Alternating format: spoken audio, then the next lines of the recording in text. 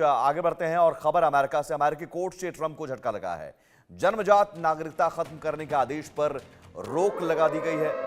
अमेरिकी राष्ट्रपति Donald Trump ने आदेश दिया था। फेडरल जज ने इस आदेश को असंवैधानिक बताया है और इस मामले की अब अगली सुनवाई 5 फरवरी को होगी।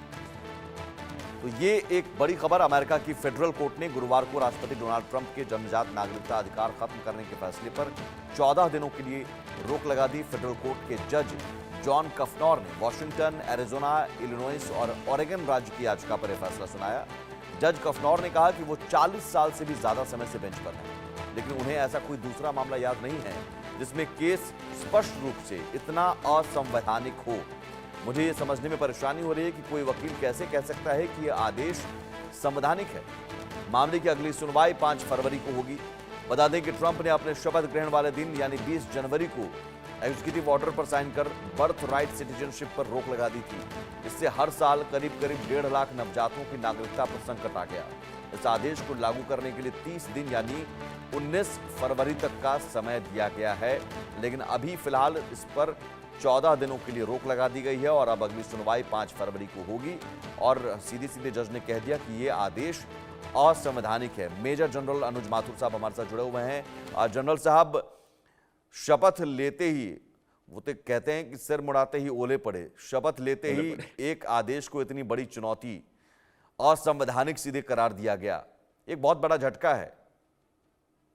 बिल्कुल बिल्कुल। देखिए देखिए, जो डोनाल्ड ट्रंप के कुछ डिसीजंस ऐसे थे जो शुरू से डाउटफुल थे। किसी भी प्रकार का ऐसा एक्शन लेने से पहले इसको, इन एक्शंस को, जहां तक मेरा सोच है, इनको एक रोड मैप के तरीके से इन एक्शंस को लेना चाहिए।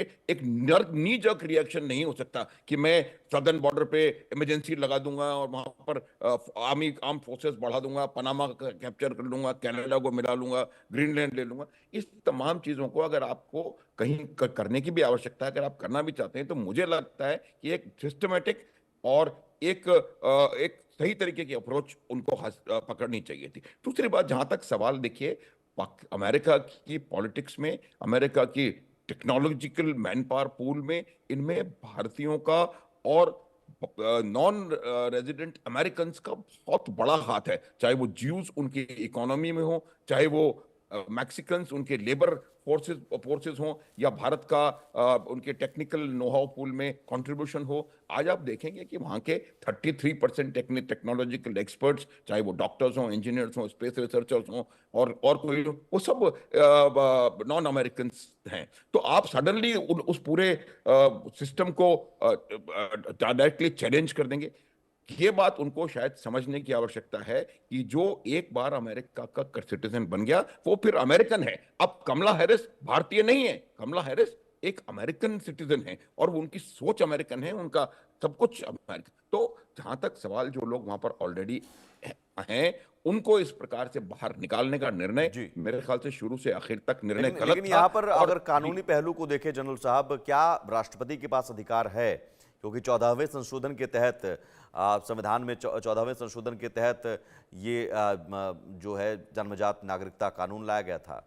तो क्या राष्ट्रपति या फिर कांग्रेस को, वहाँ की कांग्रेस को अधिकार है कि इस तरह की संशोधन को सीधे सीधे एक झटके में खत्म कर दिया जाए?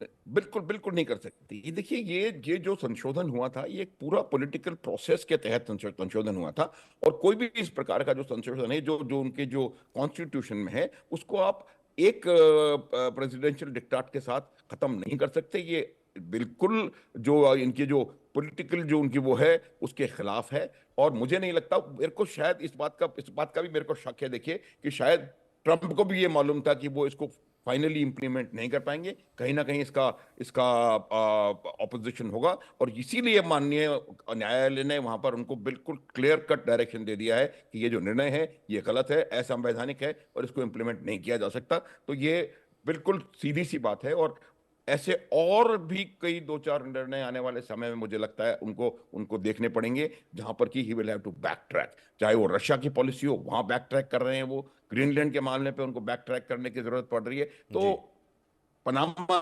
ने उनको क्लियर कट, मैं सब ये तमाम बातें इसलिए बताना चाह रहा हूं कि ये जो निर्णय उन्होंने आनन फानन में लेकर के और इम्प्लीमेंट करने शुरू कर दिए थे, ये संभव नहीं होता किसी भी जो प्रजातांत्रिक राष्ट्र है वहां पर, और किसी भी देश में इस प्रकार की जगह संभव होते नहीं है। और और ये बिल्कुल तमाम इस तरह के चीजें आदेश उनको के बाद दोबारा अमेरिका में सोचनी स्थिति पड़ेंगी ये हो और गई थी कि अपना, हाँ। सिजेरियन डिलीवरी के मामले ज़्यादा बढ़ने लगे थे। सिजेरियन डिलीवरी इन 2-3 दिनों में होड़ हो गई थी, क्योंकि लोग नहीं चाह रहे थे कि अब 19 फरवरी के बाद बच्चा अगर जन्म ले, उससे पहले ही बच्चा जन्म ले ताकि नागरिकता मिल जाए। तो ये अलग मामला सामने आ गया था अमेरिका में। लेकिन फिलहाल उन लोगों को भी राहत मिली है इस कोर्ट से स्टे के बाद। अब देखना होगा 5 फरवरी को जब अगली सुनवाई होती है तो 5 फरवरी को क्या कोर्ट का निर्देश आता है। बहुत शुक्रिया मेजर जनरल